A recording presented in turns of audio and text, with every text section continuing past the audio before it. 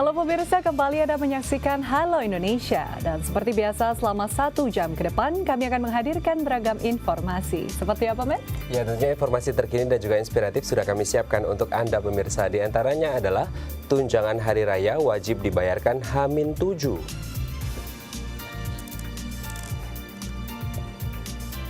Ada pula Menhub tinjau kesiapan Bandara Soekarno-Hatta hadapi mudik. Ya, selanjutnya pada segmen Bincang kita akan membahas tentang upaya penanggulangan kemacetan ibu kota. Dan inilah Halo Indonesia selengkapnya.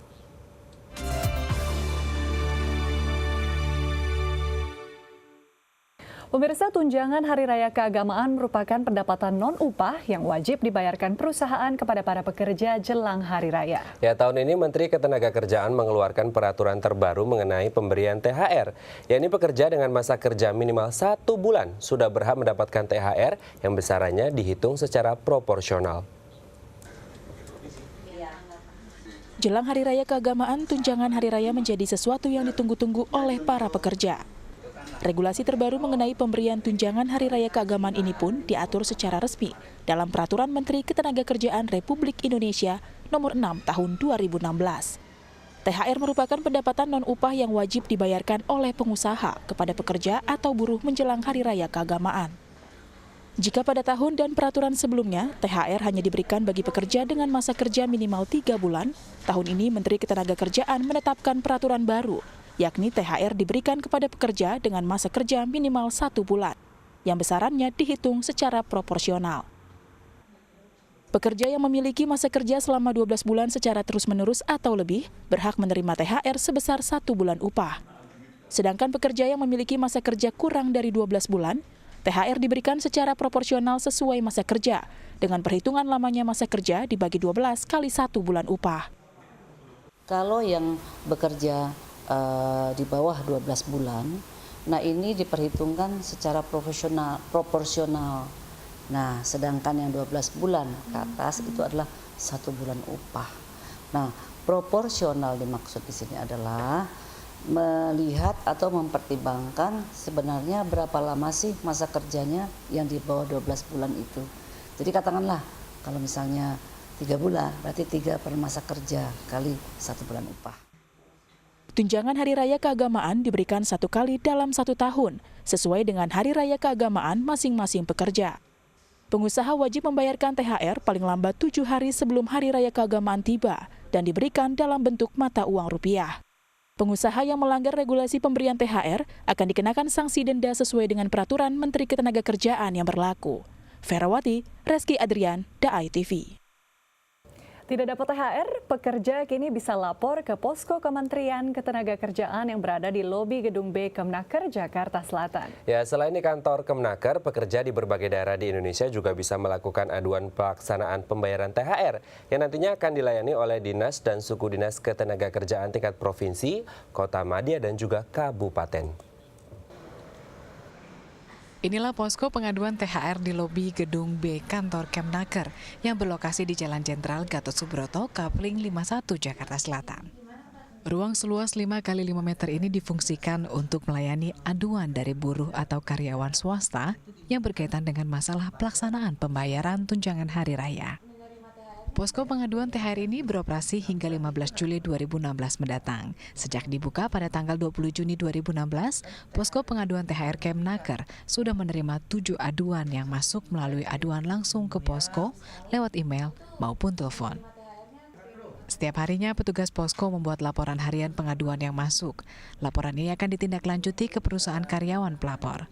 Validasi dilakukan bekerjasama dengan dinas dan suku dinas, baik provinsi, kota madya, maupun kabupaten, untuk melihat keberadaan perusahaan serta kebenaran isi laporan. Setiap perusahaan yang melanggar, Kemnaker akan memberikan surat peringatan tertulis. Dinas Ketenagakerjaan juga akan terus memantau perkembangan kasus hingga hak atas THR tersebut terpenuhi. Jadi di kementerian ini, posko itu dimulai tanggal 20 Juni tahun 2016 sampai nanti tanggal 15 Juli tahun 2016, dan mulainya itu dari mulai jam 8 kalau hari Senin sampai Jumat 8 sampai jam 5 ya. Kalau hari Sabtu Minggu juga tetap buka dari jam 9 sampai dengan jam 4 sore. Nah, tentu 24 jam itu ada Twitter, ada Kemenaker, itu siap ready kita menyampaikan dan beberapa sudah. Follow up-nya dari kami bisa kontak langsung ke dinas yang bersangkutan. Karena begini, harus dilihat bahwa peraturan menteri ini kan ada yang melaksanakan nanti ketika penegakan hukumnya. Artinya pegawai pengawas, kemudian nanti ada rekomendasi, ada pemeriksaan dari pegawai pengawas, lalu nanti dari situ juga akan ada tindak lanjut dari pegawai pengawas, mungkin akan keluar nanti teguran tertulisnya, ada masa 3 hari nanti baru dan sebagainya, dan disampaikan kepada instansi yang berwenang mengeluarkan perizinan dan sebagainya. Selain posko yang bertempat di Gedung B kantor Kemnaker, posko-posko pengaduan THR juga didirikan di kantor dinas dan suku dinas ketenagakerjaan di seluruh Indonesia. Posko-posko ini didirikan sebagai wujud kepedulian Kemnaker dalam membantu para pekerja yang memiliki masalah dengan pelaksanaan pembayaran THR. Kemnaker juga membuka pelayanan keluhan melalui telepon, email, serta media sosial.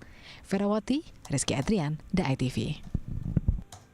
Ya, beralih ke informasi lainnya pemirsa, jelang arus mudik 2016, sejumlah moda transportasi mulai disiapkan untuk mengangkut sejumlah masyarakat ibu kota yang akan mudik ke kampung halaman. Ya, untuk memastikan kelayakan serta kesiapan moda transportasi yang nantinya akan digunakan untuk warga yang akan mudik, Menteri Perhubungan Ignatius Jonan melakukan peninjauan moda transportasi, salah satunya moda transportasi udara di Bandara Soekarno-Hatta. Untuk memantau kelayakan moda transportasi yang akan digunakan oleh para pemudik di tahun ini, Menteri Perhubungan Ignatius Jonan melihat kesiapan armada transportasi mudik maupun kesiapan terminal bus, kereta api, dan bandara. Dalam peninjauannya ke Bandara Soekarno-Hatta Tangerang, Banten, Jonan mengecek kesiapan Terminal 1 Bandara Soekarno-Hatta jelang arus mudik 2016. Beberapa saat setelah berkeliling di airside Terminal 1A, Jonan menilai Bandara Soekarno-Hatta saat ini sudah mengalami sejumlah perubahan. Salah satunya pelayanan di terminal yang tampak lebih baik dari tahun sebelumnya. Yang saya lihat sudah oke. Nanti Selasa saya akan update lagi dengan semua inspektur yang meriksa. Bukan di Indonesia, bukan. Bandara di Indonesia 235 yang beroperasi, yang fokus untuk Lebaran hanya 35. Ya. Sebelum melakukan peninjauan arus mudik di Bandara Soekarno-Hatta, Terminal Kampung Rambutan dan Stasiun Gambir Jakarta Pusat pun tak lepas dari pantauan Jonan. Pihaknya juga mengumumkan bahwa saat Lebaran, petugas operasional pemerintah dalam bidang perhubungan akan tetap bekerja untuk memastikan kelancaran arus mudik tahun ini. Nova Monika, Muhammad Saleh, DAI-TV.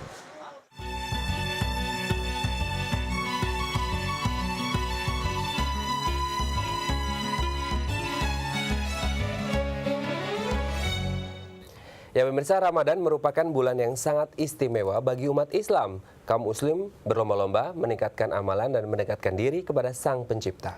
Salah satunya seperti kegiatan yang diadakan oleh Yayasan Dana Mustadafin dengan mengajak lebih dari 1.000 anak yatim dan duafa untuk melafalkan Al-Quran. Ramadan adalah bulan yang istimewa karena Allah Subhanahu wa Ta'ala berjanji bahwa setiap amal ibadah yang dilakukan muslimin nilainya berlipat ganda. Itu sebabnya pada bulan Ramadan muslimin bersemangat melakukan ibadah seperti memperbanyak membaca Al-Quran. Seperti halnya kegiatan yang diadakan oleh Yayasan Dana Mustadafin yang mengajak 1.000 anak yatim dan duafa untuk mengikuti kegiatan membaca Al-Quran. Kegiatan ini bertemakan cinta Al-Quran, cinta sesama manusia yang bertujuan untuk menanamkan moral Al-Quran sejak dini. Sehingga diharapkan kelak anak-anak menjadi manusia yang berakhlak, selalu mengasihi serta mencintai sesama manusia. Kita dengan cinta Al-Quran, cinta sesama manusia ini kita ingin mengedukasi dari awal anak-anak tentang bagaimana penjabaran Al-Quran ini bisa diserap oleh mereka. Kemudian aplikasinya tentu anak-anak sedari dini sudah kita tanamkan untuk saling toleransi, saling menghargai, saling cinta terhadap sesamanya gitu. Sekaligus cinta terhadap alam semesta ini. Para peserta yang mengikuti kegiatan ini berasal dari 20 panti asuhan yang berada di wilayah Jabodetabek. Masing-masing panti asuhan diwakili 50 anak asuhnya. Kegiatan pembacaan Al-Quran ini dilakukan oleh 44 hafiz dari Yayasan Darul Quran berusia 4 hingga 13 tahun yang membacakan potongan-potongan ayat Al-Quran dari juz 29 dan 30. Jadi memang ini agak berbeda dari sisi intonasinya. Mungkin kita agak berbeda dengan yang ada pada umumnya di Indonesia. Jadi itu yang kita pilih. Jadi bukan dari sisi isinya, tapi dari sisi intonasinya itu lebih menggugah. Sehingga itu mungkin bisa memotivasi anak-anak yang hadir di sini.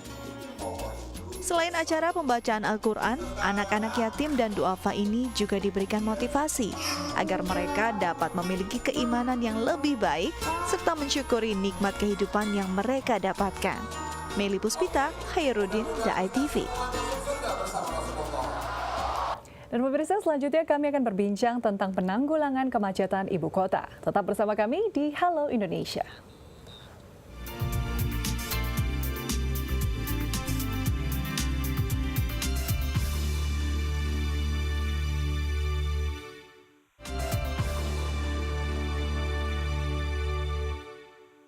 Baik, Anda masih bersama kami di Halo Indonesia dan kini kita memasuki segmen Bincang Halo Indonesia dan kita akan membahas tentang sesuatu yang sebenarnya sudah klasik jadi permasalahan di ibu kota yaitu macet. Dan kita akan berbincang mengenai penanggulangan kemacetan di ibu kota. Ini kalau kita lihat Jakarta ini sedang berbenah secara besar-besaran nih Lauren dan juga pemirsa.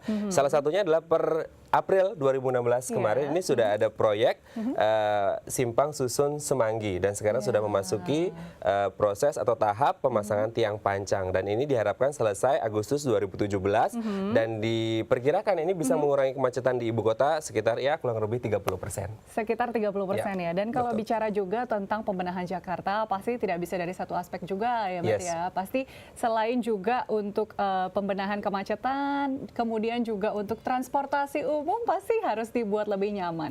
Karena itu sterilisasi busway alias Transjakarta juga sedang digalakan nih. Dan ternyata hasilnya ketidaktertiban itu sudah bisa berkurang secara cukup signifikan karena denda 500.000 itu loh. Tidak mau keluar 500.000 ya. Nah sebenarnya ini yang kita harapkan. Nah, untuk membahas tentang bagaimana kemudian efektivitas dari penanggulangan kemacetan di ibu kota telah hadir bersama kami di studio Halo Indonesia AKBP Budianto selaku Kasubdit Gakum Ditlantas Polda Metro Jaya. Namun sebelum kita berbincang dengan beliau kita saksikan dulu tayangan berikut. Proyek Simpang Susun Semanggi memasuki tahap pemasangan tiang pancang sejak awal Juni lalu. Rem yang berlokasi di Jalan Gatot Subroto dan Jalan Jenderal Sudirman ini ditargetkan akan mulai beroperasi pada Agustus 2017 dan berfungsi untuk mengurangi kemacetan Jakarta sekitar 30%. Proyek Simpang Susun Semanggi akan rampung dan siap dilintasi kendaraan dari arah Grogol menuju Blok M serta dari arah Cawang menuju Bundaran Hotel Indonesia.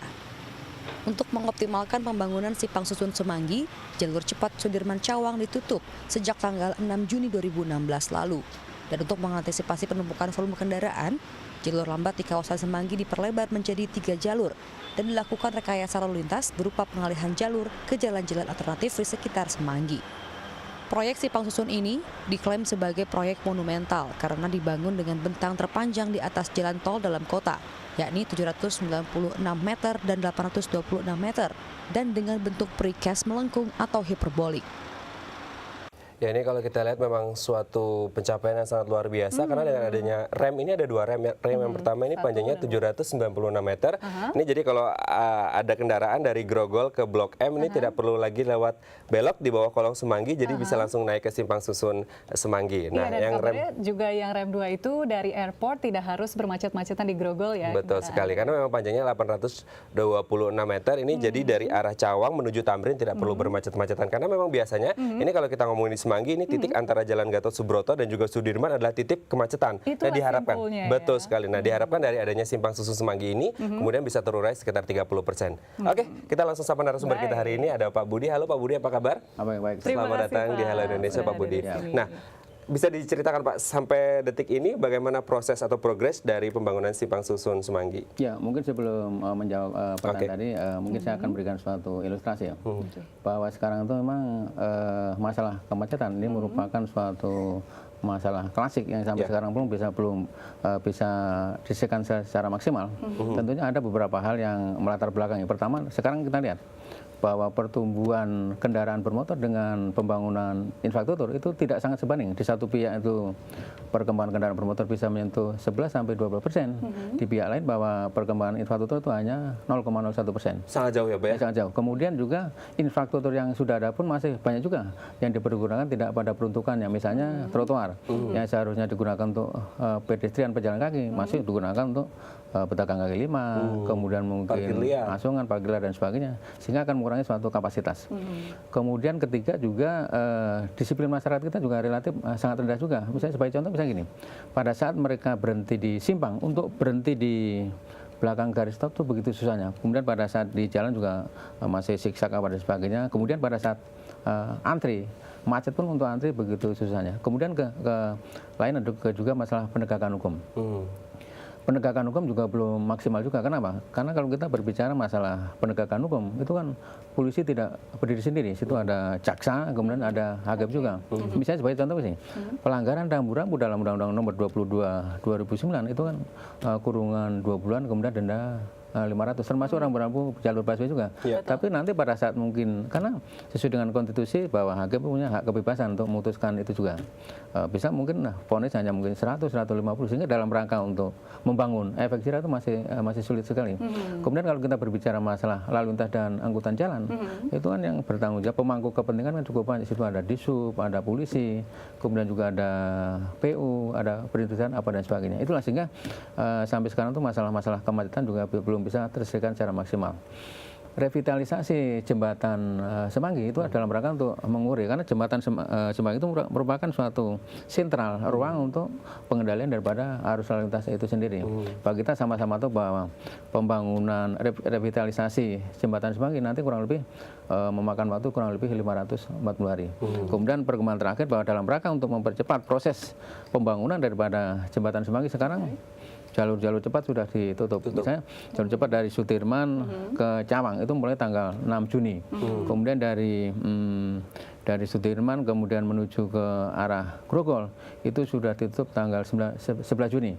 Kemudian kemarin terakhir dari Cawang ke Blok M udah tutup mulai tanggal 25 Juli. Sehingga dengan adanya penutupan di jalur-jalur cepat, sekarang kita sudah kehilangan 6 jalur, 6 lajur. Sehingga dampaknya adalah terjadi suatu kemacetan. Sehingga dengan adanya suatu kemacetan ini kita juga melakukan suatu traffic engineering, rekayasa lalu lintas, di mana mungkin kita penempatan anggota pada jam-jam sibuk, kemudian juga kita buka tutup di pintu masuk Semanggi 1, Semanggi 2 termasuk Senen juga.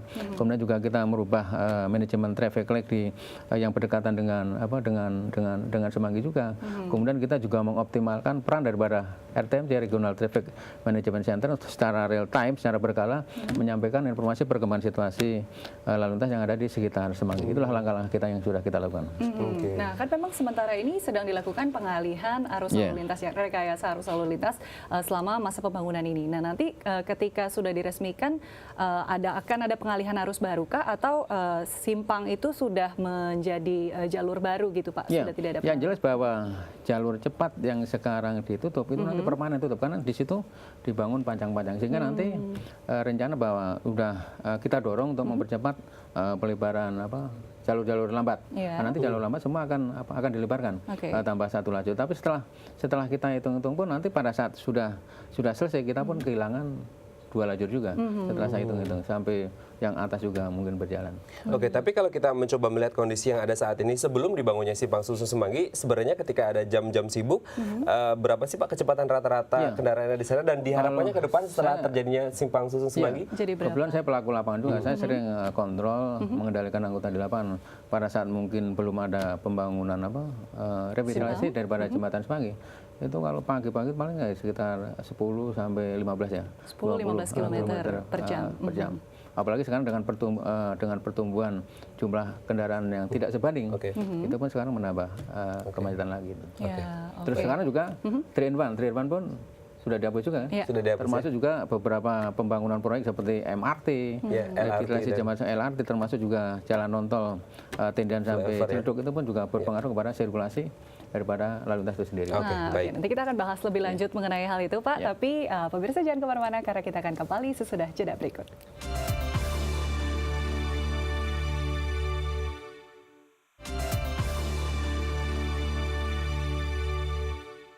Baik, Anda masih bersama kami di Bincang Halo Indonesia. Ini kalau kita melihat proyek dari Simpang Susu Semanggi merupakan proyek pionir di atas jalan tol dalam kota yang memang menggunakan sistem atau pola full precast melengkung atau hiperbolik. Nah, ini memang menjadi tugas atau proyek besar nasional yang memang akan menjadi waktunya agak lama nih, sampai diperkirakan sampai Agustus 2017, kurang lebih 1 tahun lagi. Berarti memang masyarakat harus bersabar. Ini sinergi antara masyarakat dan juga petugas untuk sama-sama bersabar ketika berlalu lintas di sekitar area Semanggi untuk sama-sama mengurai kemacetan yang ada di sana. Tapi kalau berbicara 1 tahun kemudian, apakah memang ada petugas yang standby di sana untuk mengatur lalu lintas? Kita tanyakan kembali ke Pak Budi. Pak Budi, Agustus 2017 targetnya berarti kurang lebih 1 tahun lagi, Pak. Apakah memang ada petugas yang akan selalu standby di sana untuk mengatur lalu lintas?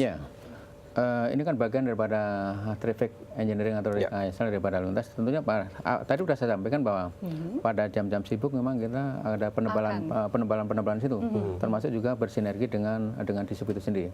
Tapi prinsipnya gini, kalau kita berbicara masalah lalu lintas dan angkutan jalan, ini sebenarnya tanggung jawab kita bersama. Termasuk juga masyarakat, karena dalam Undang-Undang Nomor 22 2009 secara eksplisit pun dicantumkan juga bahwa masyarakat berkaitan masalah lalu lintas dan angkutan jalan juga diharapkan ikut berperan aktif juga, bagaimana memberikan suatu masukan, dorongan maupun saran, kritikan dan sebagainya. Termasuk juga tanggung jawab misalnya pada saat mungkin mendidik di lingkungan keluarga, bagaimana pada saat mungkin melakukan suatu kegiatan lalu lintas dan angkutan jalan tetap tertib, kemudian mungkin patuh terhadap ketentuan hukum yang sudah mengaturnya gitu. Ya, dan tentunya pihak penegak hukum juga terus melakukan upaya untuk upaya kreatif baru untuk mencegah kemacetan ini ya Pak, mengurai kemacetan. Salah satunya juga kabar tentang kebijakan ganjil genap yang akan segera dilangsungkan. Nah, ini apakah nanti juga akan berlaku di Simpang Susun ini atau hanya di jalan-jalan protokol saja, Pak? Ya. Program ganjil genap ini merupakan suatu kebijakan pemerintah untuk pengganti daripada 3-in-1. Ini sebetulnya kebijakan ini kebijakan transisi sebelum implementasi daripada ERP itu berjalan. Memang bahwa ganjil genap ini adalah nanti diberlakukan di lokasi-lokasi X 3-in-1, Sudirman Tamrin, kemudian sebagian daripada Gatot Subroto. Kemudian pemberlakuannya mulai hari Senin sampai hari Jumat. Kemudian pagi hari itu dari mulai 07.00 sampai jam 10. Kemudian sore hari adalah jam 16 sampai jam 20.00. Oh, lebih panjang dari jadi hari Sabtu, kemudian hari Minggu termasuk hari libur nasional itu tidak berlaku. Namun demikian itu bukan berarti untuk ganjil genap tadi kan, untuk ganjil genap nanti berlaku pada tanggal ganjil, kemudian untuk nomor polisi daripada genap itu berlaku untuk tanggal genap. Namun demikian bukan berarti bahwa nomor polisi ganjil tidak boleh beroperasi pada tanggal genap maupun sebaliknya, karena kan yang dilarang hanya sekitar Sudirman Tamrin sama sebagian daripada Gatot Subroto. Di luar itu kan masih diperbolehkan. Memang pada saat nanti lokasi di pemberlakuan daripada ganjil genap memang ada pengecualian. Jadi nanti diperbolehkan mobil presiden, kemudian wakil presiden, kemudian mobil pemadam kebakaran, ambulan, termasuk mobil angkutan umum berplat kuning, termasuk juga mobil barang yang ada dispensasi, termasuk juga mobil-mobil plat dinas itu diperbolehkan. Oke, baik. Baik. Nah, pemirsa, ini juga kalau misalnya kita bicara tentang pembenahan lalu lintas, pasti tidak lepas dari juga penambahan fasilitas dan kenyamanan untuk transportasi umum. Karena itu adalah salah satu faktor yang mendukung masyarakat untuk mau tidak membawa mobil, kemudian akhirnya berimpak pada berkurangnya kemacetan. Nah, untuk itu kita akan lihat tayangan berikut ini. Sejak 15 Januari 2004, untuk pertama kalinya bus Transjakarta hadir dan diharapkan menjadi solusi kemacetan ibu kota. Namun 12 tahun berjalan, kemacetan tak kunjung usai. Akibatnya jalur busway tak eksklusif lagi lantaran mental warga ibu kota yang tidak sabar justru mengambil lajur jalur tersebut. Juni 2016, menjadi ajang bagi pemerintah Provinsi DKI Jakarta bersama kepolisian kembali gencar mengembalikan fungsi awal jalur bus Transjakarta. Berbekal peraturan yang tertuang dalam Undang-Undang Nomor 22 Tahun 2009 tentang lalu lintas dan angkutan jalan, kini setiap penerobos jalur Transjakarta akan dikenakan denda maksimal Rp500.000. Tercatat sudah ada 2.115 penindakan, mulai dari kendaraan roda 2, roda 4 hingga kendaraan umum sejak dimulainya upaya sterilisasi ini. Walaupun sudah mulai banyak warga Jakarta yang sadar untuk tidak lagi menggunakan jalur busway, tak sedikit pula yang masih nekat untuk menerobos masuk meski sudah ada separator setinggi 60 cm. Seperti di Koridor 5 jurusan Ancol hingga Kampung Melayu yang belum bisa ditertibkan secara menyeluruh. Upaya optimalisasi pihak kepolisian mulai dari upaya preventif hingga penegakan hukum menjadi penantian warga Jakarta, terutama pengguna setia bus Transjakarta. Sembari menanti sosialisasi program transisi ganjil genap dan ERP yang nantinya diharapkan tak akan lagi mengganggu jalur Transjakarta. Ya, ini mungkin salah satu solusi untuk mengurai kemacetan yang ada di Jakarta. Berlaku sejak 13 Juni kemarin ya, tapi kalau kita mencoba melihat sampai detik ini sudah ada ribuan pelanggaran. Hari pertama saja tanggal 13 Juni ada 274 pelanggaran, hari kedua ada 408 pelanggaran. Padahal seperti kita tahu ada beberapa koridor yang sudah dipasangi oleh movable concrete barrier atau MCB atau separator yang tingginya 60 cm. Betul, 60 cm itu harusnya tidak bisa diterabas oleh motor ya. Tapi kemudian masih banyak yang masuk ke dalamnya. Kita kembali ke Pak Budi. Pak Budi, ada 12 koridor yang ada saat ini untuk Transjakarta, sudah ada berapa koridor yang sudah dipasangi MCB dan kedepannya seperti apa? Ya, kurang lebih sudah 6 ya. Sudah 6 koridor, oke. Mungkin secara alat ya. Jadi sebenarnya kita lebih mengenal sekarang tuh optimalisasi daripada sterilisasi jalur busway. Kenapa? Karena sebelumnya pun kita sudah melakukan suatu penegakan hukum juga. Coba bayangkan, tahun 2015 itu kita sudah menindak pelanggar yang masuk dalam jalur busway sekitar 65.000 sekian. Itu tahun 2015. Kemudian tahun 2016 Januari sampai Mei itu sudah sekitar 27.000 sekian. Itu tadi mungkin agak kurang pas ya. Ini selama 13 sampai sekarang yang kita tindak itu sudah sekitar 2.800 sekian. Hampir 3.000. Sebenarnya kita menggunakan sistem tilang, kita berikan sengaja belangko warna biru, di mana konsekuensi mereka mendapatkan belangko warna biru, mereka harus menitipkan uang denda di bank denda maksimal. Itu sesuai dengan pasal 287 Undang-Undang Nomor 22 2009. Itu adalah kurungan 2 bulan, kemudian dendanya adalah 500.000. Itu harus menitipkan denda maksimal situ. Nah, nanti walaupun nanti ada penetapan, tapi mereka itu tujuan kami adalah untuk ini memberikan suatu efek jerah. Karena selama ini bahwa yang sudah kita lakukan suatu penegakan hukum dengan mungkin tilang warna biru, sebenarnya efek jerahnya belum maksimal. Oke, ini kalau mengacu pada pasal 287 Undang-Undang Nomor 22 Tahun 2009, maksimal 500.000 itu ada indikatornya apa saja Pak untuk sampai dia 500.000?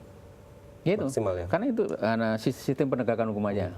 Sistem penegakan hukum kan ada yang belangko warna merah, kemudian yang biru. Memang dalam dan biru itu ya, karena memang sesuai dengan undang-undang SOP memang mengatur demikian, bahwa yang menggunakan belangko biru dia harus menitipkan denda maksimal di bank yang sudah ditunjuk BRI, tujuannya untuk memberikan suatu efek jerah. Tapi sekali lagi bahwa kalau kita berbicara masalah penegakan hukum, bahwa polisi itu tidak berdiri sendiri, situ ada jaksa, ada hakim dan sebagainya, sesuai dengan konstitusi bahwa memang dia punya kemerdekaan kebebasan untuk menentukan vonis itu.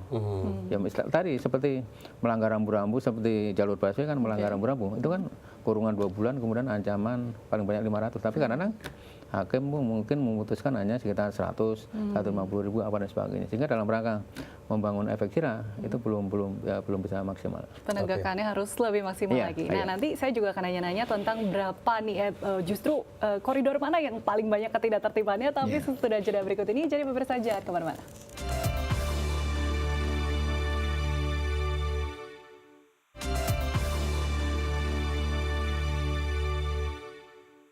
Baik, Anda masih bersama kami di Bincang Halo Indonesia. Kalau kita berbicara tentang kemacetan di Jakarta, sekarang memang Pemprov DKI Jakarta khususnya ini sedang menggalakkan berbagai macam proyek. Ada 12 jalan layang dan underpass, ada MRT, LRT, jalur layang untuk bus Transjakarta, dan yang baru kita bahas adalah Simpang Susun Semanggi. Tapi kalau kita mencoba mengaca dari pertumbuhan armada atau unit mobil yang ada di Jakarta ini, satu hari untuk kendaraan roda 4 ada 300 sampai 400 kendaraan baru. Untuk roda 2 kurang lebih 802 kali lipatnya. Memang revitalisasi di berbagai macam macam infrastruktur sangat kita butuhkan. Itu tadi yang dibilang tingkat pertumbuhannya juga tinggi. Apakah infrastrukturnya pertumbuhannya juga bisa memadai untuk mengakomodir tingkat Itu menjadi pertanyaan utamanya ya. Iya, oke, kita kembali ke Pak Budi. Ke Pak Budi. Pak, tadi saya penasaran nih tentang penertiban gitu.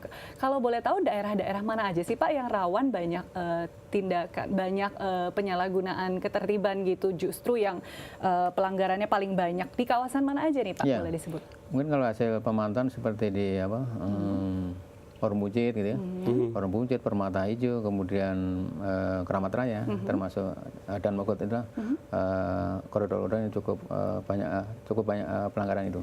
Sehingga nanti mungkin ke depan, karena kita kan program ini kan memang secara bertahap ya. Sekarang mungkin prioritas pada koridor 1, 3, 4, 5, kemudian 6, kemudian 9. Itu yang menjadi prioritas. Sebenarnya tujuan akhir nanti kan bagaimana sesuai dengan amanat Undang-Undang Nomor 22 2009, bagaimana pemerintahan itu mampu untuk menciptakan suatu angkutan umum yang memenuhi standar pelayanan minimal seperti misalnya dari aspek keamanan, keselamatan, apa dan sebagainya. Saya yakin nanti kalau dengan mungkin kos yang murah ya, sekarang Transjakarta hanya 3.500. Kemudian nanti aspek lain masalah keamanan, keselamatan mungkin memadai dan sebagainya. Itu menjadi suatu magnet di mana nanti masyarakat pengguna jalan yang selama ini mungkin menggunakan kendaraan pribadi roda 2 maupun roda 4 mudah-mudahan bisa beralih ke situ sehingga masalah-masalah kemacetan bisa diurai dengan baik. Oke, kalau kita berbicara tentang law enforcement atau penegakan hukum atau kita bicara khususnya adalah sterilisasi jalur busway. Kita tahu busway sudah ada sejak 15 Januari 2004 Pak.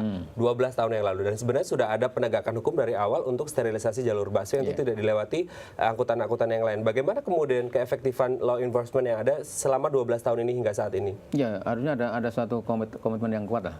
Memang yang tadi kadang-kadang mungkin terbentur pada tadi masalah masing-masing lembaga punya suatu regulasi konstitusi yang mengatur gitu, seperti kepolisian tugasnya kan di samping penjagaan, pengaturan, pengawalan, patroli, termasuk juga registrasi, identifikasi, termasuk juga penegakan hukum. Kemudian jaksa mungkin penuntutan, kemudian hakim adalah memeriksa, memvonis pada suatu kasus itu. Mungkin sepanjang mungkin pilar-pilar hukum mampu membangun suatu komitmen yang bersama dalam rangka untuk kepentingan yang lebih besar, saya kira bisa berjalan secara maksimal. Oke, memang dari berbagai lini ya. Betul, dan memang law enforcement ini terus-menerus harus dilakukan ya Pak. Tadi bisa dijelaskan nggak apa yang bisa dilakukan polisi dalam hal preemptif, kemudian juga preventif, serta penegakan hukum yang terkait sterilisasi tadi dan juga kebijakan ganjil genap nih Pak yang akan segera berjalan. Ya, mungkin selama ini masyarakat banyak masih punya orientasi pemikiran yang belum komprehensif. Bahwa tugas polisi itu bukan hanya berbicara masalah penegakan hukum, tapi juga ini penugasan yang bersifat preemptif, preventif sampai penegakan hukum. Preemptif begini, bagaimana polisi mengkomunikasikan permasalahan-permasalahan lalu lintas dan angkutan jalan, kemudian juga mungkin sosialisasi, kemudian mungkin melaksanakan kegiatan safety driving, safety riding, driving dan sebagainya. Kemudian masuk kampus, pesantren, door to door memberikan sosialisasi. Nah, itulah kegiatan-kegiatan preemptif. Kegiatan preventif adalah kegiatan-kegiatan kita lebih banyak membangun suatu situasi preventif. Bagaimana supaya kejadian-kejadian ancaman faktual tindak pidana tidak terjadi dengan mungkin polisi dengan pakaian uniform mungkin ditempatkan pada lokasi-lokasi yang rawan macet, langgar dan sebagainya bisa menurunkan angka-angka baik itu kemacetan maupun pelanggaran maupun kecelakaan itu sendiri. Kemudian yang terakhir penegakan hukum. Kalau kita berbicara masalah penegakan hukum itu ada yang bersifat justisial, ada juga yang bersifat non justisial. Jadi pada saat penegakan hukum kita pun juga melakukan penegakan hukum misalnya dengan teguran, baik itu teguran lisan maupun tertulis, juga penegakan hukum dengan sistem tilang, termasuk juga penegakan hukum dengan penyidikan daripada kecelakaan lalu lintas itu sendiri. Kemudian berbicara masalah tadi ya ganjil genap, tadi sudah saya sampaikan juga bahwa ganjil genap itu merupakan suatu kebijakan transisi sebelum implementasi daripada IRP berjalan gitu. Kemudian juga tadi lokasi-lokasi apa dan sebagainya sudah kita sampaikan juga.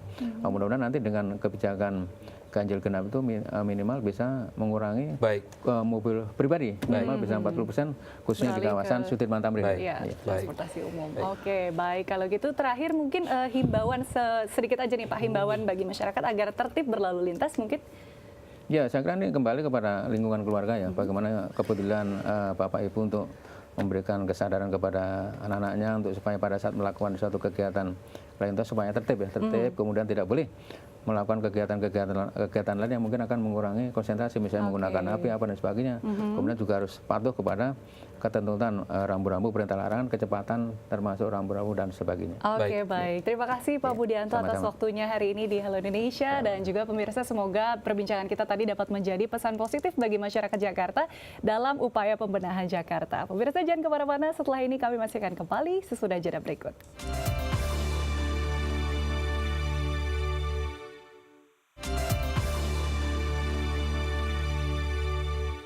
Hari Minggu 26 Juni 2016 lalu, Badan Narkotika Nasional menyelenggarakan puncak acara Hari Narkotika Internasional atau HANI 2016 di lapangan parkir Kota Tua, Jakarta Barat, dan dihadiri oleh Presiden Republik Indonesia Joko Widodo.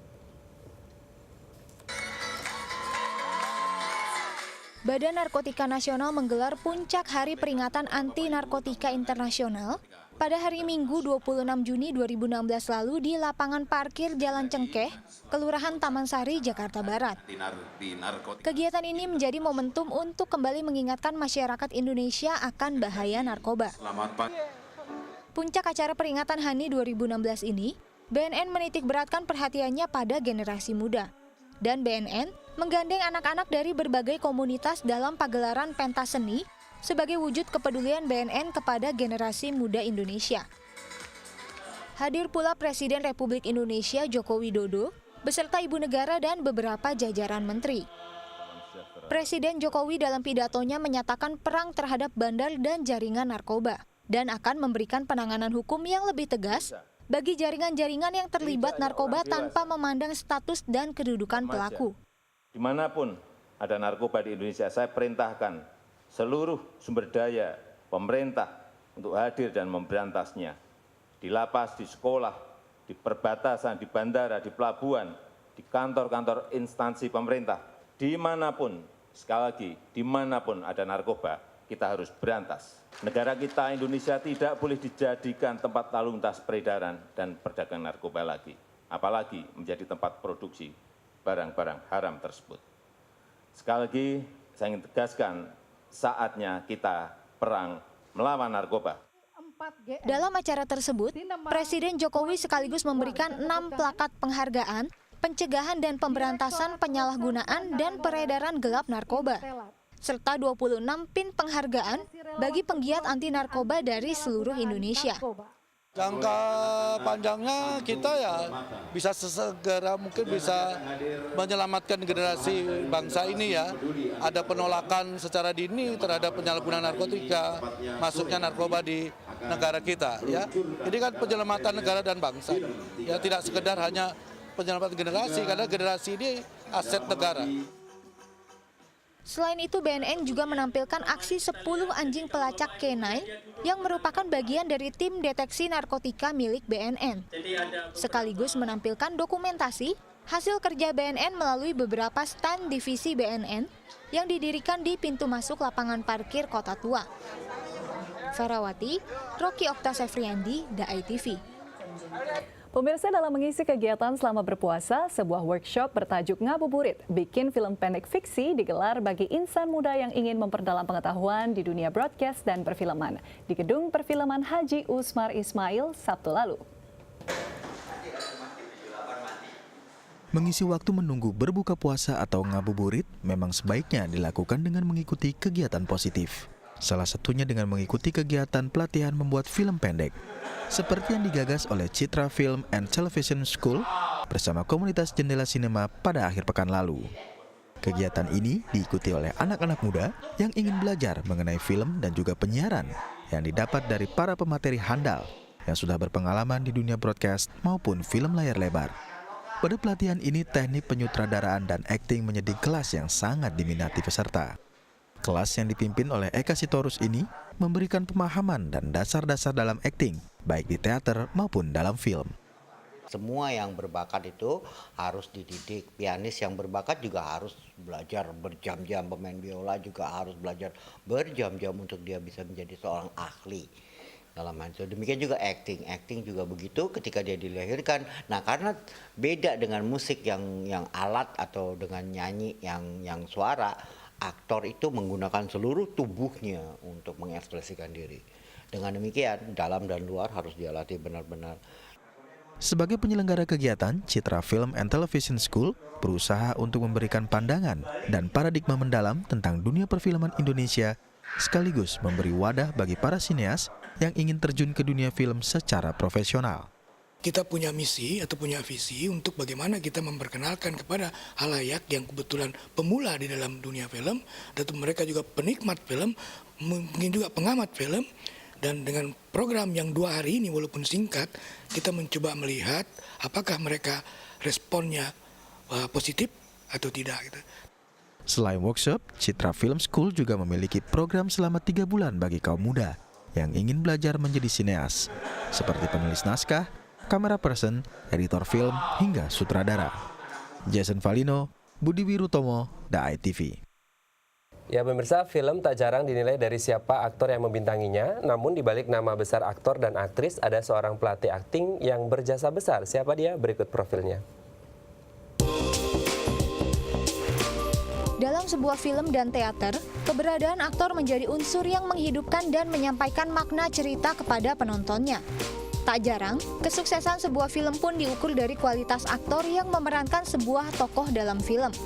Di industri perfilman Indonesia, ada sosok bertangan dingin yang berhasil mencetak aktor-aktor yang berkualitas. Dialah Eka Dimitri Sitorus, pria berusia 55 tahun yang berprofesi sebagai penulis naskah dan juga pelatih akting. Berbekal ilmu yang ia dapatkan selama kuliah di American Academy of Dramatic Art, California State University, dan University of Warwick jurusan Art Management, berbagai karya dan nama besar para aktor telah ia hasilkan.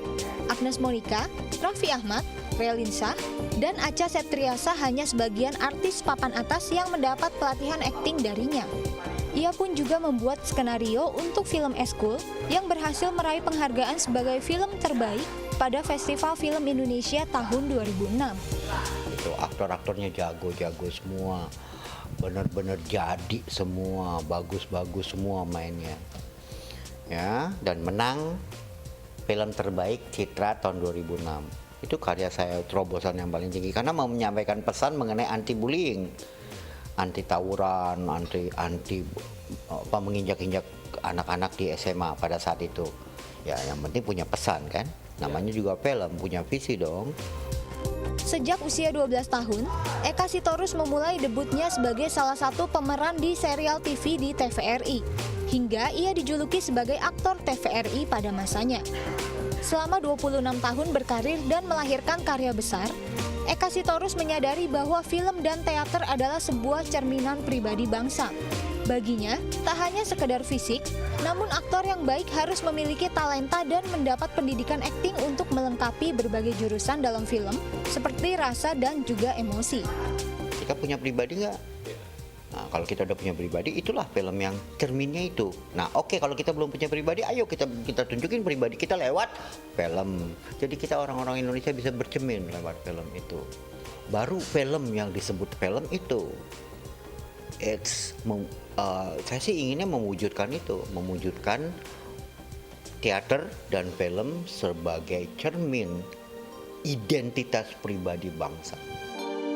Jason Valino, Budi Wirutomo, DAI TV.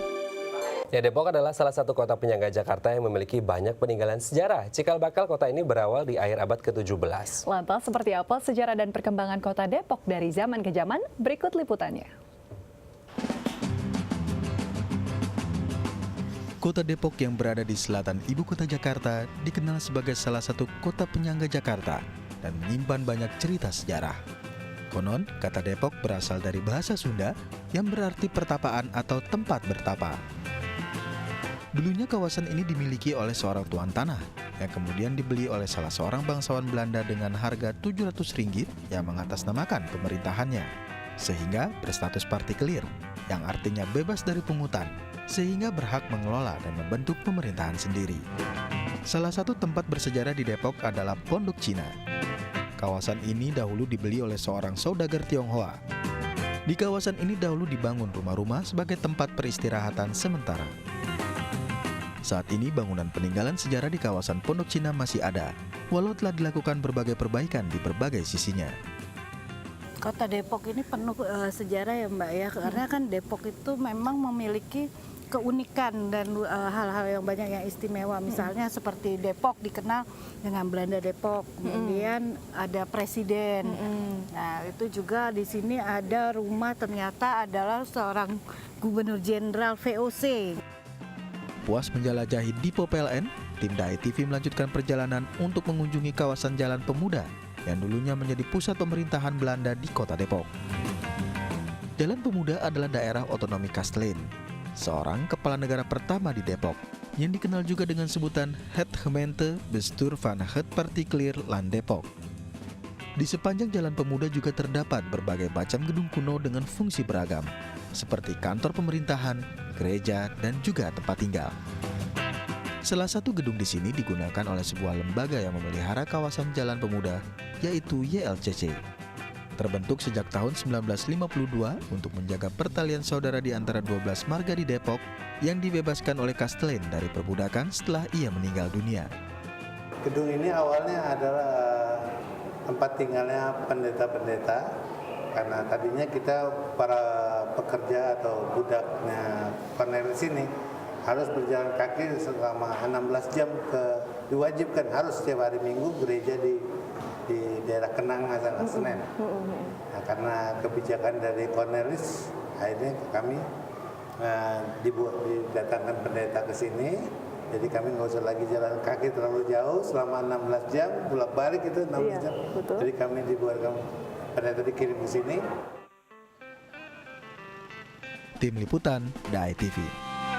Ya, berikut ini perakiraan cuaca untuk sejumlah kota besar di Indonesia.